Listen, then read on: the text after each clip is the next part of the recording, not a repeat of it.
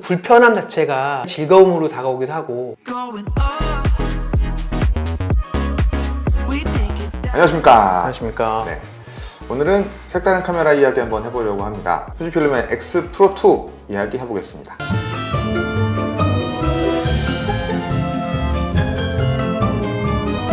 X 프로 2 이거 뭐 신품으로 구매하신 건가요? 단종이라 당연히 중고로 구매했고요. 워낙 디자인에 인기가 많아가지고 네. 구하기가 지금 힘들었습니다. 얼마 주고 구입하셨어요? 렌즈 포함해서 당근에서 140 정도. 당근에서?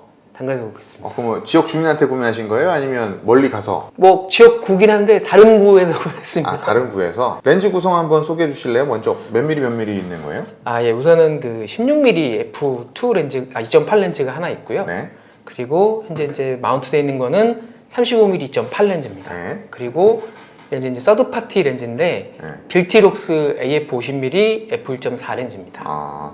1.5배 크랍? 예, APS-C 규격이기 때문에 1.5배 크롭이라고 볼 수 그럼 있습니다. 렌즈 화각대가 각각 56mm짜리는 이게 한 82mm 정도 될 거고요.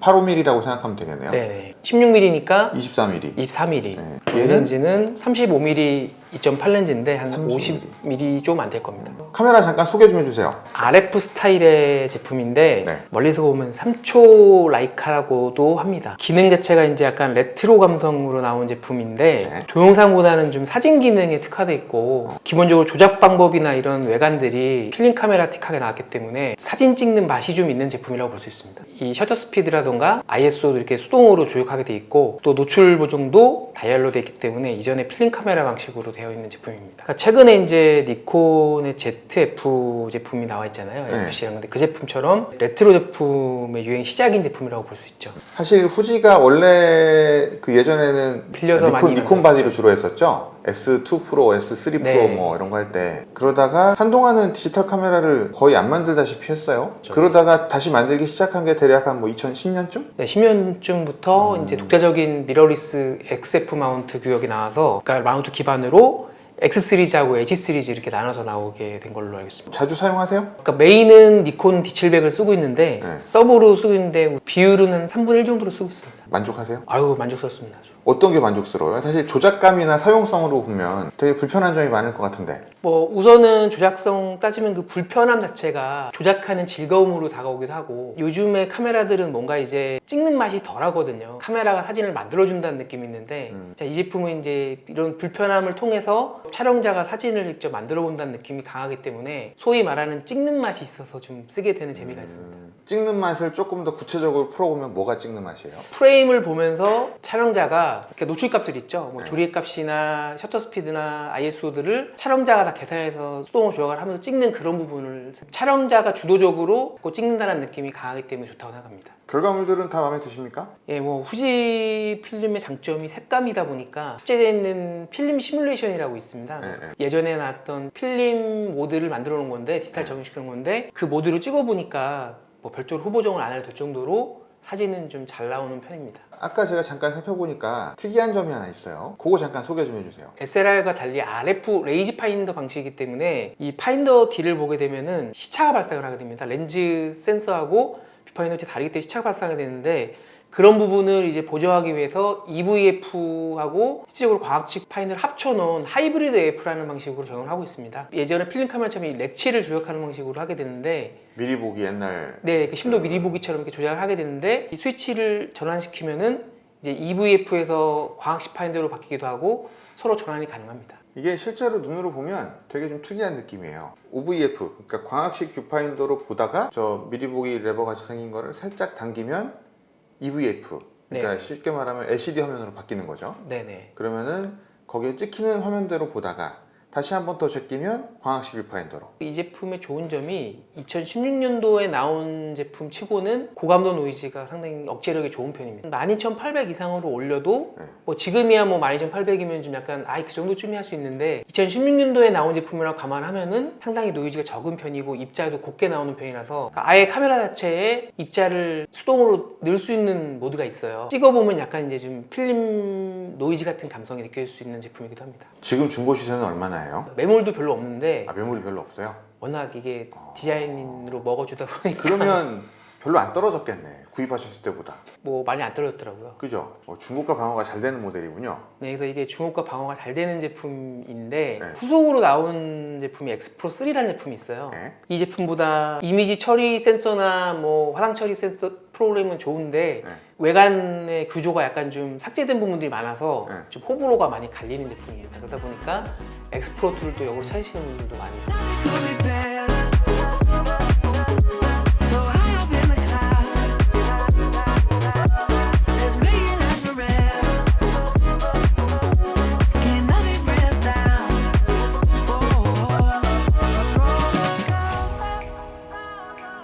외관 한번 살펴볼까요? 예, 우선은 이 케이스를 좀 분리하겠습니다. 네.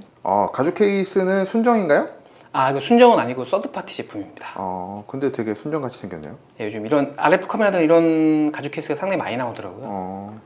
자, 이렇게 순정을 외관이 되어 빼면, 있고요. 우선은 왼쪽에는 이제 초점 모드, AF 모드 스위치입니다. 네. 움직이지 않는 피사체를 찍을 때는 S로 놓고, 이제 움직이는 피사체는 C로 놓고, 그리고 수동 초점일 때는 매뉴얼 모드로 사용할 수 있습니다. DSLR보다는 움직이는 피사체를 찍기에는 조금 어려움이 있는데요. 네.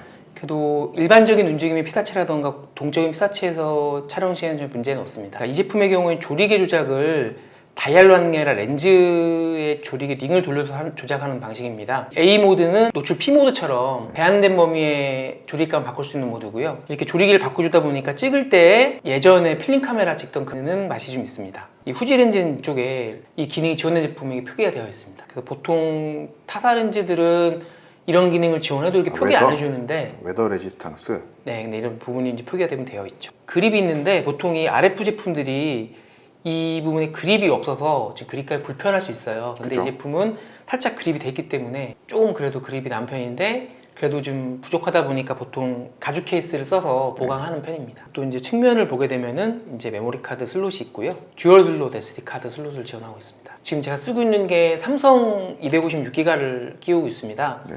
근데 이제 2016년도에 나온 제품인데도 이 제품이 지원이 되는 게 참 신기하더라고요. 이제 위쪽에는 이제 셔터 스피드를 조절할 수 있는 다이얼이 있고요. 자, 이 부분이 이제 A 모드는 이제 ISO 오토일 때 쓰게 되는 모드고요. 나머지 숫자들은 눌러서 돌리는 방식으로 조작을 하게 됩니다. 셔터 스피드가 8.1초부터 이제 1초까지 이렇게 되어 있고요. 그 T는 이제 타임 셔터 부분이고 B는 벌브입니다.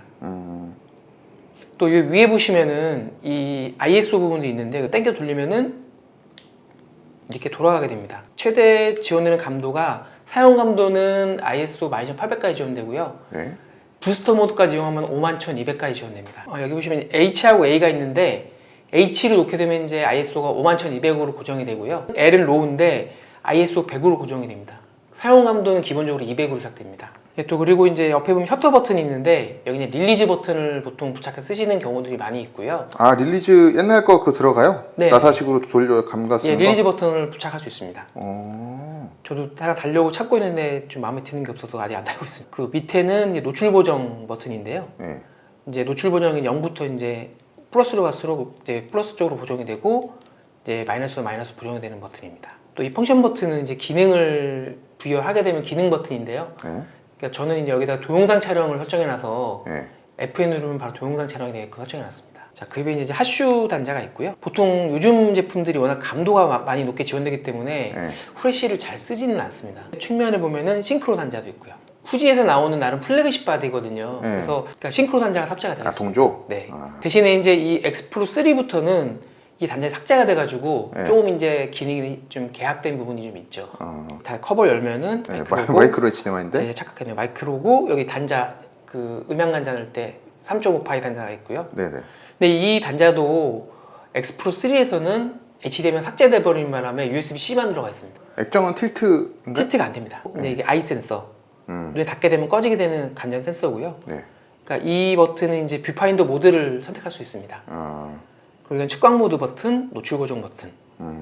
그리고 이 다이얼의 경우에는 AF 영역을 이동시킬 때 주로 쓰게 됩니다. 드라이브는 이제 동영상이나 연사 모드를 설정할 때 네. 설정하게 되는 모드고요. 그리고 이제 메뉴는 기본적으로 메뉴 버튼 들어갈 때 쓰게 되는 버튼입니다. 마지막으로 이제 여기 보시게 되면은 이 Q 버튼은 이제 주로 자주 쓰는 기능들을 모아놓은 버튼이고요. 그리고 이제 노출 고정 버튼이 있습니다. world goes right. Hands up in the sky. Take you for a ride. Love to feel the high. We can start again. Life into the end. 자, 그럼 정리 한번 해볼까요? 어떤 장점과 어떤 단점이 있는 카메라예요? 우선 이 카메라의 제일 큰 장점은 디자인이고요. 카메라 자체가 크지 않기 때문에 길거리에서 스트리트 포토를 찍어도 거부감이 별로 없는, 피사체들이 거부감을 안 가는 단점이 있습니다. 스트릿 포토 좀 찍어보셨어요, 이걸로? 예, 좀 찍어봤죠. 오, 사람들이 인식 못해요? 사람들이 필름 카메라인 줄 알더라고요. 또 심지어는 이제 이쁘니까 아 이게 어떤 카메라인가요? 물어보신 분도 있고, 카메라 되게 이쁘다고 이거 어디 거냐고 물어보셔서 네. 설명을 해드리면은 아 라이카인 줄 알았다고 하시는 분도 계시고, 이 로고가 안 보이면 그렇게 생각할 수 있죠. 아, 이 빨간 딱지를 좀 붙이고 다니셔야겠는데? 그럼 단점은 뭐가 있어요? 렌즈가 비쌉니다. 사악합니다. 아, 또 렌즈 수급이 잘 되는 편도 아니고, 중고도 이제 많이 수급이 잘 안 되니까 이제 중고가가 높은 편이고, 그렇죠. 바디도 솔직히 좀 가격이 뭐 산 사람 입장에서는 가격 방어가 잘 되는 편이라고 볼 수 있는데, 구하는 사람 입장에서는 굉장히 구하기 어렵죠. 아, 그렇겠네요. 실사용적인 단점도 있어요? 조금 AF가 답답할 수가 있어요. 이 카메라에 관심 있는 분들에게 뭐 남기고 싶은 한 말씀 있으십니까? 최신 카메라에 약간 좀 질렸거나 네.